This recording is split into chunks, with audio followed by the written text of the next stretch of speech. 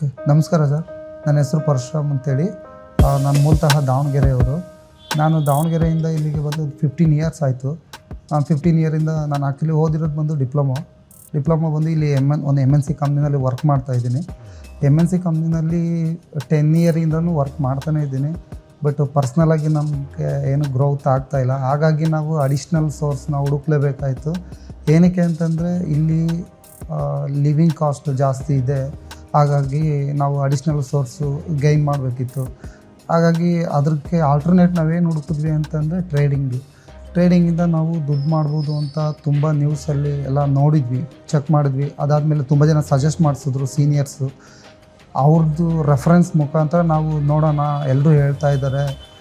ಕೆಲವ್ರು ಹೇಳ್ತಾರೆ ಇದು ಗ್ಯಾಂಬ್ಲಿಂಗ್ ಅಂತಾರೆ, ಇನ್ನು ಕೆಲವ್ರು ಹೇಳ್ತಾರೆ ಇಲ್ಲ ಇದು ಆ್ಯಕ್ಚುಲಿ ಒಂದು ಬಿಸ್ನೆಸ್ ಅಂತಲೂ ತುಂಬ ಜನ ಹೇಳಿದ್ರು ಸೀನಿಯರ್ಸು. ಹಾಗಾಗಿ ನೋಡೋಣ, ಇಲ್ಲಿ ಬಂದು ಜಾಯ್ನ್ ಆದಮೇಲೆ ಅದು ಏನು ಅಂತ ಗೊತ್ತಾಗುತ್ತೆ, ಇದು ಗ್ಯಾಂಬ್ಲಿಂಗಾ ಅಥವಾ ಬಿಸ್ನೆಸ್ಸು, ಸ್ಟಡಿ ಪರ್ಪಸ್ಸು ಅಂತ. ಹಾಗಾಗಿ ಇದನ್ನು ಬಂದು ಜಾಯ್ನ್ ಆದಮೇಲೆ ಗೊತ್ತಾಯಿತು ಇದು ಪ್ಯೂರ್ಲಿ ನಾಲೆಡ್ಜ್ ಗೈನ್ ಮಾಡೋದು, ಆಮೇಲೆ ಬಿಸ್ನೆಸ್ ಪರ್ಪಸ್ ಅಂಥೇಳಿ. ಆಮೇಲೆ ಇಲ್ಲಿಗೆ ಜಾಯ್ನ್ ಆಗಿ ನಾನೀಗ 1 ಮಂತ್ ಆಯ್ತು ಸರ್, 1.5 ಮಂತ್ ಆಯಿತು. 1.5 ಮಂತ್ ಆದಮೇಲೆ ನಾವು ಇವ್ರು ಹೇಳ್ಕೊಟ್ಟಿರೋದು ಟ್ರೇಡಿಂಗ್ ಎಲ್ಲ ಡೈಲಿ ನಮಗೆ ಹೋಮ್ವರ್ಕ್ ಇರುತ್ತೆ, ಅದೆಲ್ಲ ಟ್ರೇಡಿಂಗ್ ಮಾಡ್ತಾನೆ ಇದ್ವಿ. ಆ ಹೋಮ್ವರ್ಕಲ್ಲಿ ನಮ್ಗೆ ಹೇಳ್ತಾರೆ ಲೋ ಇನ್ವೆಸ್ಟ್ಮೆಂಟ್ ಮಾಡಬೇಕು, ಲೋ ಇನ್ವೆಸ್ಟ್ಮೆಂಟ್ ಮಾಡಿದ್ರೆ ನಿಮಗೆ ಮಿನಿಮಮ್ ಇಷ್ಟು ಪ್ರಾಫಿಟ್ ಬಂದೇ ಬರುತ್ತೆ ಅಂತ. ನಾವು ಇವ್ರ ಗೈಡೆನ್ಸಲ್ಲಿ ಡೈಲಿ ನಾವು ಪ್ರಾಫಿಟ್ ಮಾಡ್ತಾನೆ ಇದ್ದೀವಿ.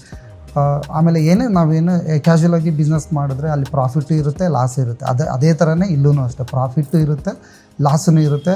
ನಾವು ಇದನ್ನು ಕ್ಯಾರಿ ಮಾಡಬೇಕು, ಲಾಸ್ನ ಆಗದೇ ಇರೋ ಥರ ನಾವಿಲ್ಲಿ ಕಲಿಯೋದಕ್ಕೇ ಬಂದಿರೋದು. ಹಾಗಾಗಿ ಡೇ ಬೈ ಡೇ ನಾವು ಇಂಪ್ರೂವ್ ಆಗ್ತಾನೆ ಇದ್ದೀವಿ. ನಮಗಿಲ್ಲಿ ಇನ್ನೂ ಟ್ರೈನಿಂಗ್ ಸೆಷನ್ ಕಂಪ್ಲೀಟ್ ಆಗಿಲ್ಲ. ಈ ಟ್ರೈನಿಂಗಲ್ಲಿ ಇದ್ದಾಗಲೇ ನಾವು ಆಲ್ರೆಡಿ ಇಲ್ಲಿ ಏನು ಫೀಸ್ ಪೇ ಮಾಡಬೇಕಾಗಿದೆ ಅದರ ಡಬಲ್ ನಾವು ಆಲ್ರೆಡಿ ಅರ್ನ್ ಮಾಡಿದ್ದೀವಿ.